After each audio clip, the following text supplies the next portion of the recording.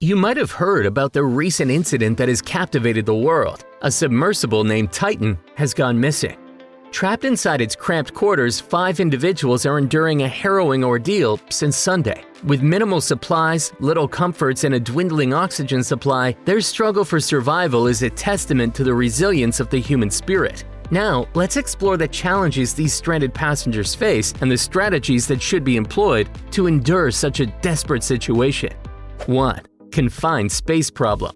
Submersible vessels are often quite small. OceanGate's Titan measures a mere 6.7 meters in length, 2.8 meters in width, and 2.5 meters in height, offering no respite for its occupants. The confined space leaves no room for standing, forcing everyone to remain seated on cushions on the floor. Walking around is an impossibility in this carbon fiber and titanium vessel. As the hours turn into days, the lack of movement and the uncomfortable seating arrangements take a toll on the passenger's physical and mental well-being.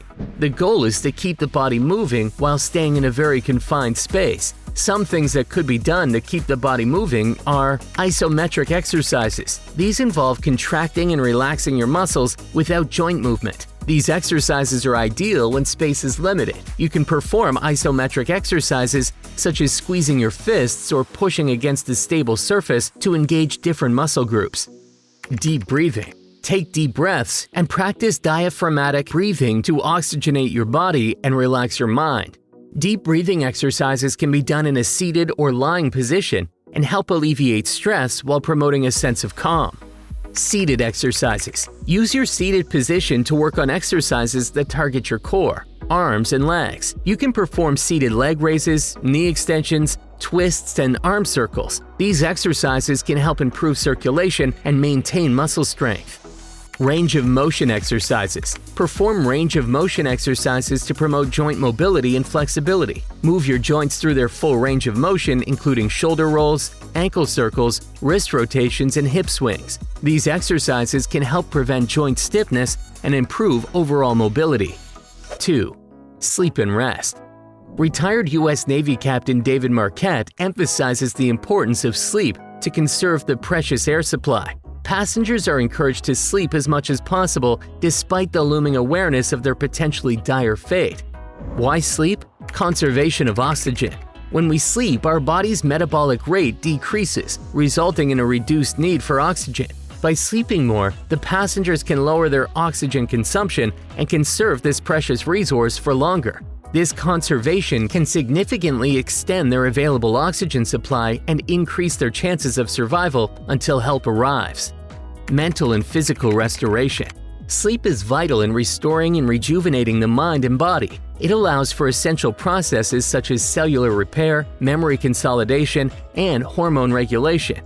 Adequate rest enhances cognitive function, emotional resilience, and overall physical well-being. During states of being under very high stress, for example, confined in a submarine in this case, sleep helps passengers maintain clarity, focus, and emotional stability, which are crucial for making sound decisions and coping with the challenges they face. Immune support system. Sleep helps build a strong immune system. The body produces and releases some helpful chemicals called cytokines that can fight off infections and support overall immune function. By prioritizing sleep, the passengers can help maintain a robust immune system, reducing the risk of falling ill and increasing their resilience against potential health complications. Energy preservation. The ability to save energy is crucial for surviving in a tiny location with few resources. Sleeping might allow the body to rejuvenate and decompress, minimizing the need for more physical exertion. Allowing yourself to sleep longer may help passengers maintain their energy levels and have the physical capacity to handle any issues. 3. Air preservation. Preserving air becomes a top priority when confined in a submarine with limited supply. Here are some key strategies for conserving air and maximizing its availability. Keep talking to a minimum. Talking too much increases oxygen use. Talk solely about what is necessary to communicate. Implement a concise and unambiguous communication mechanism to save air while guaranteeing efficient collaboration. Manage humidity. Oxygen depletion can be accelerated by high humidity levels. keep an eye on and control the humidity levels within the submarine to avoid too much moisture, which can increase condensation and oxygen use. Plug up any leaks. Inspect the submarine for equipment or structural leaks that may let air out. Quickly locate and close any holes to avoid needless air loss and preserve the best possible air supply. Monitor oxygen levels. Regularly monitor oxygen levels within the submarine using available instruments or indicators. It allows you to track consumption rates and make informed decisions about resource allocation and conservation measures. Consider your use of emergency oxygen masks. Use emergency oxygen masks if your submarine is outfitted with them. Only use the masks when required, such as in an emergency or a significant decline in oxygen levels. Carefully follow directions to ensure effective use and prevent waste. Prioritize ventilation and air circulation. Good ventilation keeps the submarine's air supply fresh. To circulate available air around the area uniformly, ensure the air circulation systems operate at their best. Better air utilization and a decreased chance of air pockets that are stagnant or exhausted can both be benefits of effective airflow control. Cold temperatures. As the hours tick by, the passengers face a dual threat. They grapple with dwindling oxygen levels and the risk of cold temperature looms if the submarine's power fails.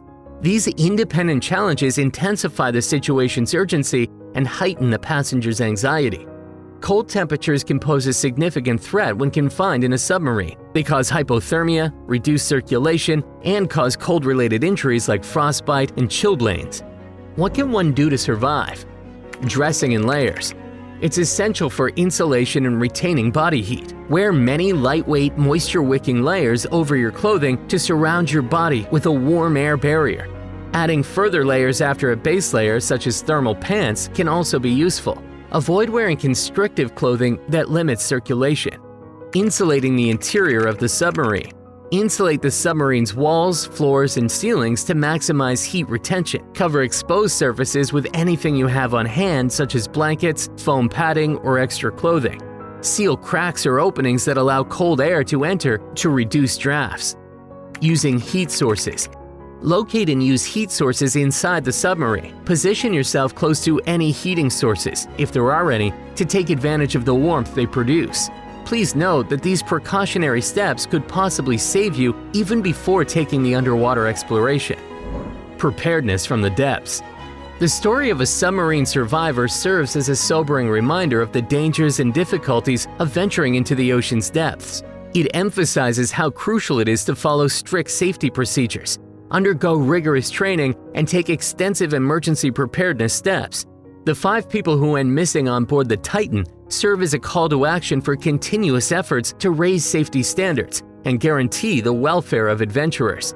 The missing OceanGate Titan submarine has drawn attention worldwide and highlighted the dangers those who explore the ocean's depths face. May the inspiration from their narrative inspire everyone to work together to improve safety protocols and ensure everyone's safety who is brave enough to explore the deep sea's wonders.